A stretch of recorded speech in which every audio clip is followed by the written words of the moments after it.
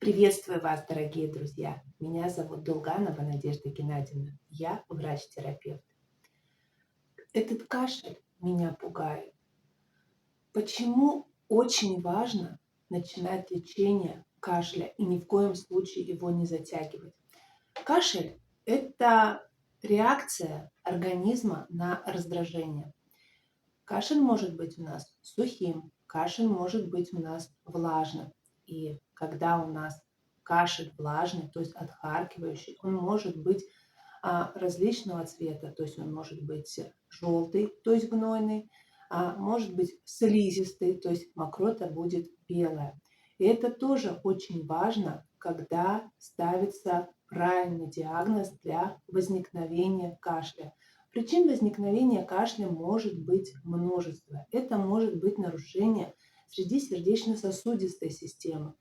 Это может быть нарушения, связанные с аллергическим ринитом. То есть при аллергическом рините идет выделение по задней стенке глотки, и вся слизистая стекает в рот, и отсюда, конечно, идет раздражение и возникает кашель.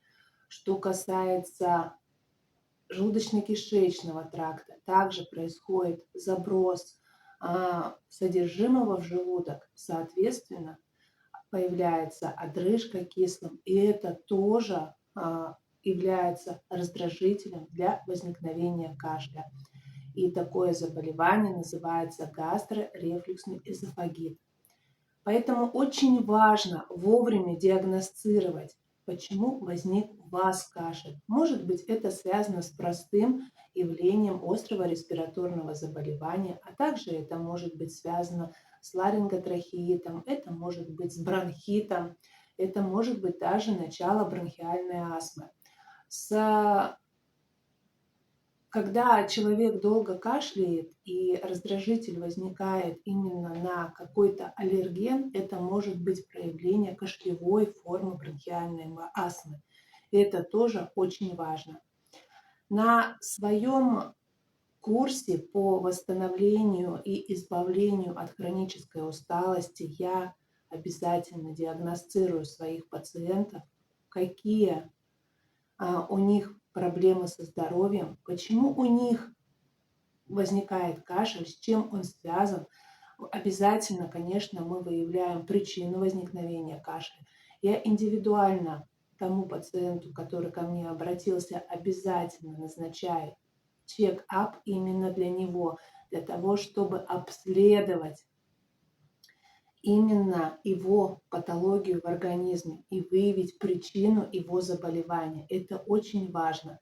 Я комплексно подхожу в лечении к каждому пациенту. Мы выявляем дефицитное состояние, работаем вместе.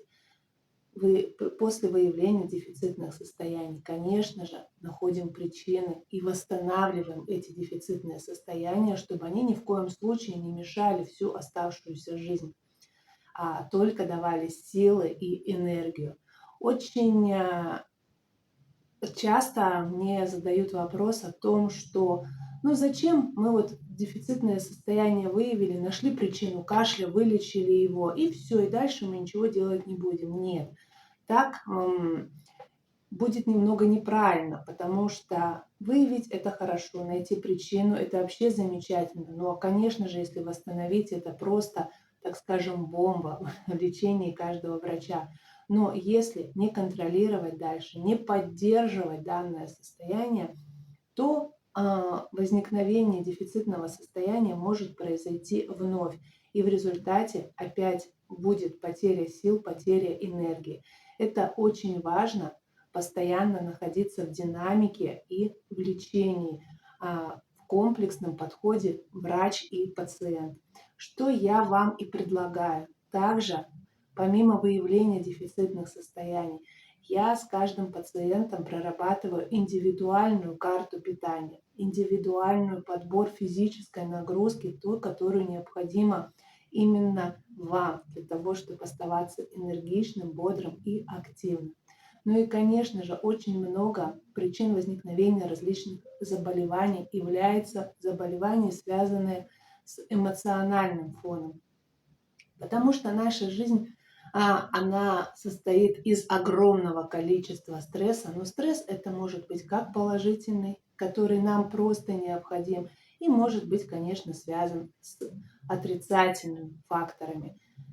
Поэтому, чтобы понять, как у вас протекает заболевание, как выявить именно вашу патологию, приглашаю вас на личную, бесплатную онлайн-консультацию, где я вам помогу найти причины возникновения вашей патологии возникновения кашля. Будьте здоровы! Запись на консультацию будет под этим видео.